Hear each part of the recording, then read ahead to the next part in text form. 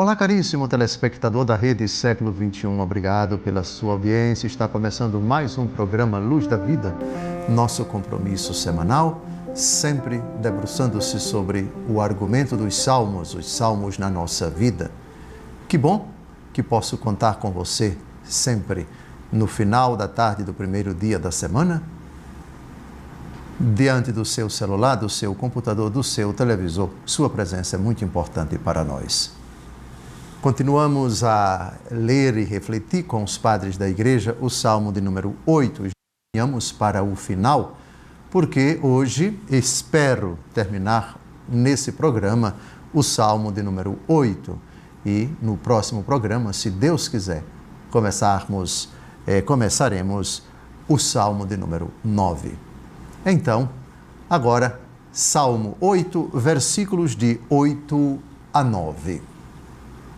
Rebanhos e gados, e até os animais bravios, pássaros do céu e peixes do mar, tudo o que se move nas águas do oceano.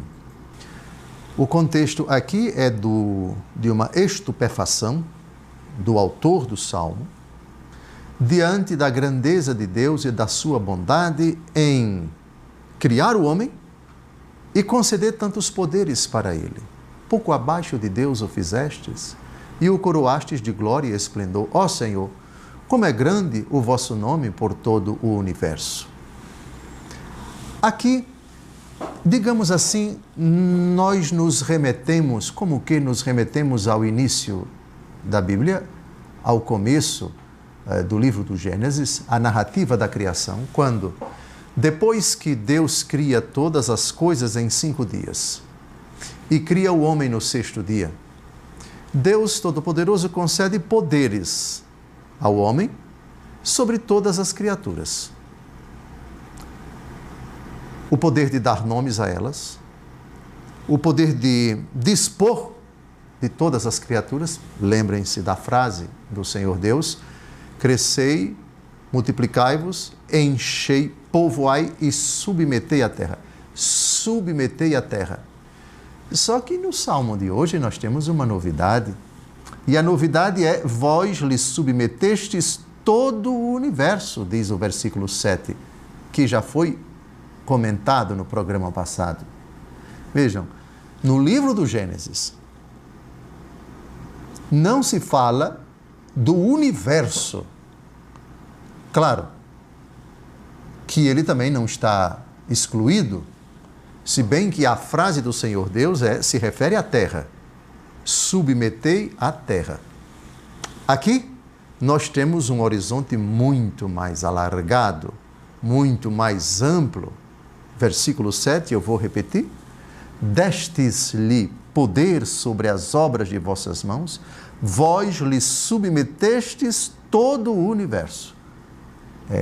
O autor se referindo a Deus, a respeito dos poderes que Deus concedeu ao homem.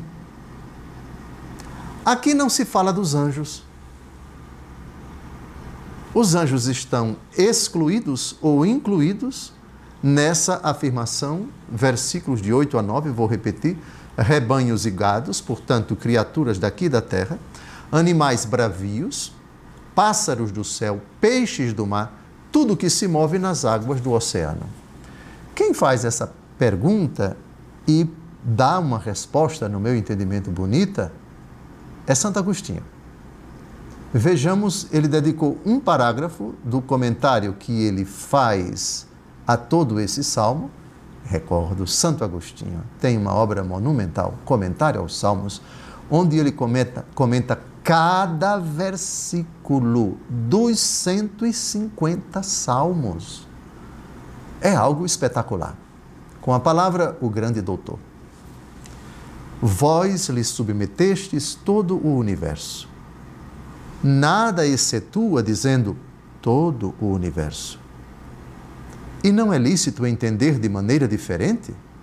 Pois ordena o apóstolo que assim se acredite, dizendo, excluir-se-á aquele que tudo lhe submeteu.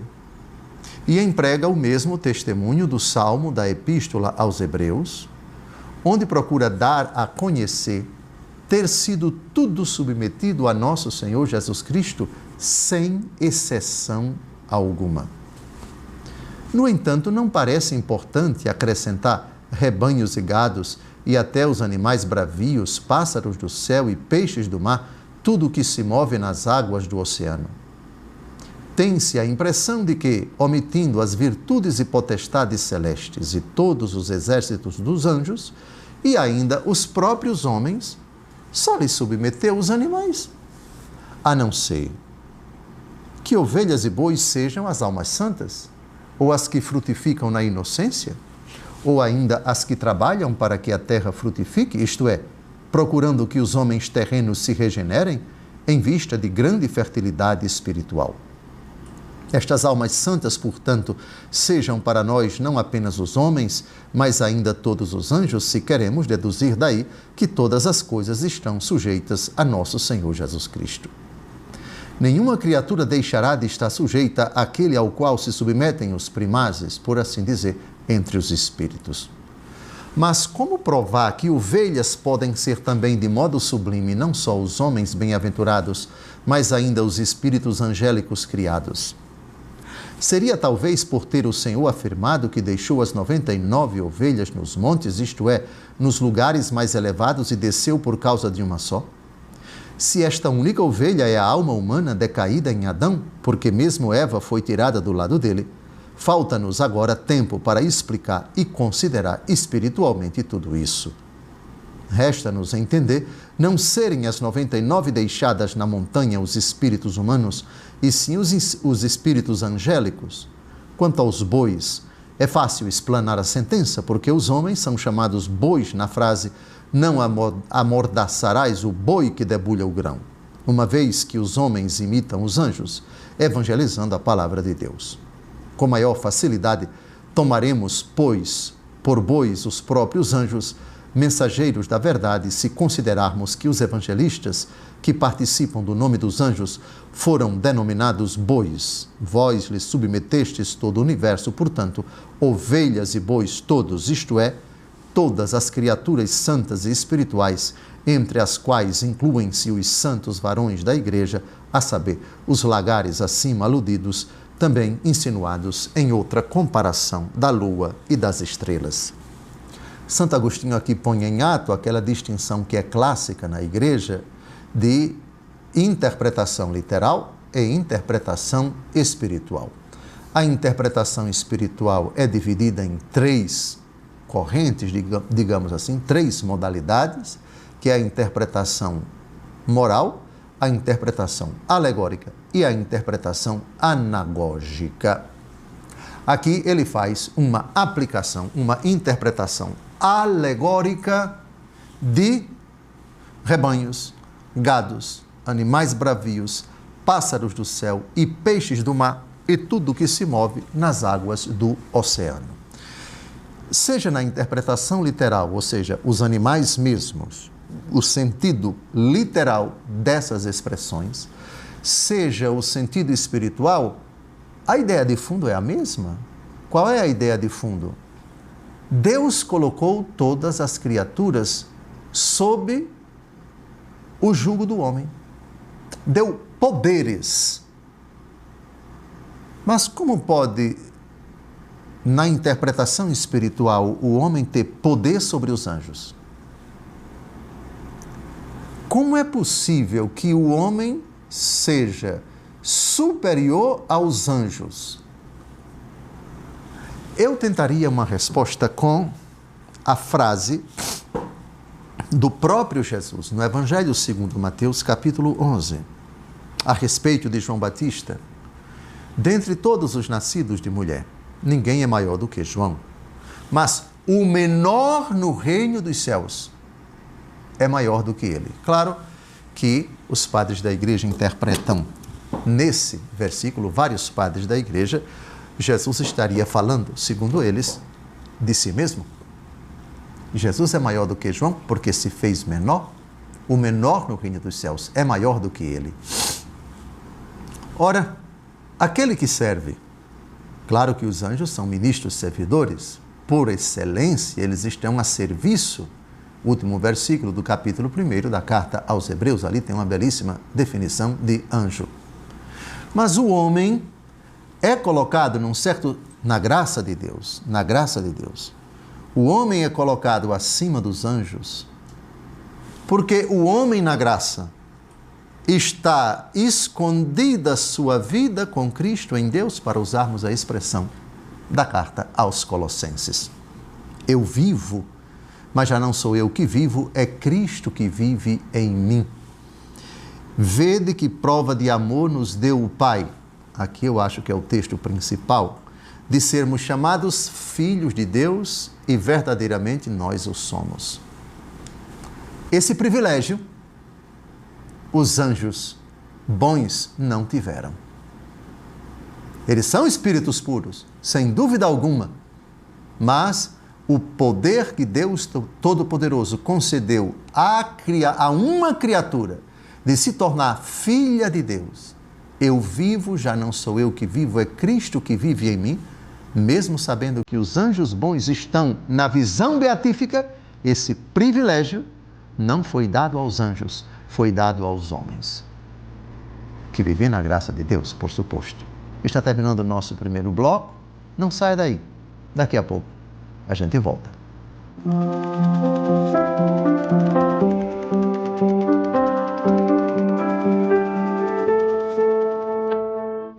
Olá, caríssimo telespectador da Rede Século XXI. Obrigado por ter permanecido conosco depois desse breve intervalo.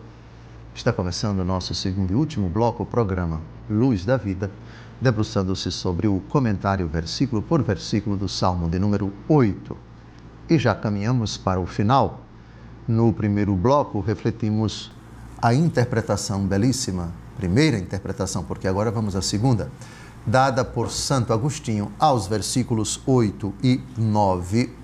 Vamos de novo a esses dois versículos. Rebanhos e gados, e até os animais bravios, pássaros do céu e peixes do mar, tudo o que se move nas águas do oceano. É a continuação do raciocínio do versículo 7, onde é dito que Deus Todo-Poderoso confere poderes ao homem sobre todo o universo. No livro do Gênesis, esse poder é conferido ao homem e à mulher somente sobre a terra. Enchei, povoai e submetei a terra. E tudo que nela contém, incluindo os pássaros, etc., que voam, que pululam, que povoam os ares. Mas não se fala do universo no livro do Gênesis. Aqui, o poder que o Senhor confere ao homem se estende a todo o universo, ou seja, para além do planeta Terra. Essa realidade gigantesca e abismal, até agora, praticamente, completamente desconhecida ao homem. Vamos à continuação da interpretação alegórica que Santo Agostinho dá a essas expressões: rebanhos, gados, animais bravios, pássaros do céu, peixes do mar, tudo que se move nas águas do oceano. E ele vai começar a sua explicação com essa expressão, até os animais bravios. Do ponto de vista alegórico, quem são esses animais bravios? Quem são esses pássaros do céu, peixes do mar, rebanhos e gados? Deixemos que o grande doutor nos presenteie com esta linda interpretação. Até os animais bravios. Não é ocioso o acréscimo de até. Primeiro, porque os animais bravios podem ser também rebanhos e gados. Se as cabras são animais das rochas e lugares escarpados, é certo que as ovelhas são animais do campo. Por isso, apesar de se ler rebanhos e gados e até animais bravios, com razão se pergunta qual o significado de animais bravios, uma vez que também designariam rebanhos e gados. Mas o acréscimo de até obriga a se reconhecer, não sei bem qual a diferença. A palavra até abrange não só os animais do campo, bem como as aves do céu e os peixes do mar, que transitam pelos roteiros do mar. Qual então a diferença? Lembremo-nos dos lagares, com grainhas e vinho, da eira que contém palha e trigo, das redes que apanham peixes bons e maus, da arca de Noé, com animais puros e impuros. Verás então as igrejas neste ínterim, desde agora até o último dia do juízo, abrangerem não somente rebanhos e gados, isto é, leigos santos e santos ministros, mas até os animais bravios, pássaros do céu e peixes do mar, tudo que se move nas águas do oceano. Animais bravios seriam precisamente os homens entregues ao prazer carnal, que não se elevam a nada de árduo ou penoso. Os rebanhos e gados são as almas santas dos fiéis, do povo ou dos ministros. E ainda os animais do prazer, as aves da soberba e os peixes da curiosidade. Vemos agora todas essas espécies de pecadores misturados aos bons e aos santos nas igrejas. Trabalhe o Senhor em suas igrejas e separe as uvas das grainhas. Quanto a nós, esforcemo-nos por ser vinho e rebanhos ou gados, não grainhas ou animais bravios ou pássaros do céu ou peixes do mar. Não quero dizer que tais nomes só têm esta explicação, mas esta é conforme o contexto. Em outra parte, tem sentido diferente. Tal regra vale para toda alegoria. Em determinada sentença, considere-se qual o objeto da comparação. Foi o método do Senhor e dos apóstolos. Interessante. A interpretação alegórica que Santo Agostinho dá aqui, repare como é que nosso Senhor Jesus Cristo é citado aqui. Foi o método do Senhor. Como assim? Nas parábolas. Lembram da parábola do pastor que deixa as 99 ovelhas no redil e vai ao encontro da que se desviou? Ele está falando de nós? Portanto, não é nada descabida a interpretação alegórica dessas expressões. Jesus utilizou a expressão ovelha, e aqui temos rebanhos e gados, temos animais bravios. Pássaros do céu também foi uma expressão usada por Nosso Senhor na parábola do semeador. Peixes do mar, os padres da igreja dão o significado, porque Jesus utiliza também a parábola dos peixes, que caem na rede e aí os pescadores levam para a praia e lá separam. Os peixes são todos os homens. Ninguém, portanto, diga que a interpretação de Santo Agostinho é aqui forçada, de forma alguma. Ele está aplicando os critérios, as imagens, as figuras que o próprio Jesus utilizou em suas parábolas e em outros discursos. A interpretação alegórica. Ou seja, poder sobre todos esses animais. O poder de pregar, o poder de converter, o poder de perdoar os pecados, o poder de ser instrumento de Deus para convertê-los, para transformá-los, inclusive, por favor, animais bravios, pássaros do céu e peixes do mar, imagem utilizada por Jesus. As aves têm os seus ninhos, as raposas têm as suas tocas, o Filho do Homem não tem onde reclinar a cabeça. A mesma linguagem de Jesus. E Jesus aplica para essas realidades, esses animais, essas criaturas, insere num contexto de anúncio, onde a mensagem é dirigida não para eles, é dirigida para nós. No próximo bloco, que na verdade vai ser o próximo encontro, nós vamos pedir à autoridade de São João Crisóstomo que corrobore a interpretação de Santo Agostinho. E eu faço questão de colocar São João Crisóstomo, para que ninguém diga que São Santo Agostinho é uma voz isolada, fazendo uma interpretação alegórica dos versículos 8 e 9, rebanhos e gados, animais bravios, pássaros do céu, peixes do mar, tudo que se move nas águas do oceano. Essas realidades devem ser interpretadas num primeiro momento, no sentido literal. É a básica interpretação dos textos da Escritura, mas não é a única. Aliás, lembrem-se, São Santo Agostinho aqui falou da interpretação alegórica, que era uma interpretação utilizada pelos apóstolos. E provo, no capítulo 4 da carta de São Paulo aos Gálatas,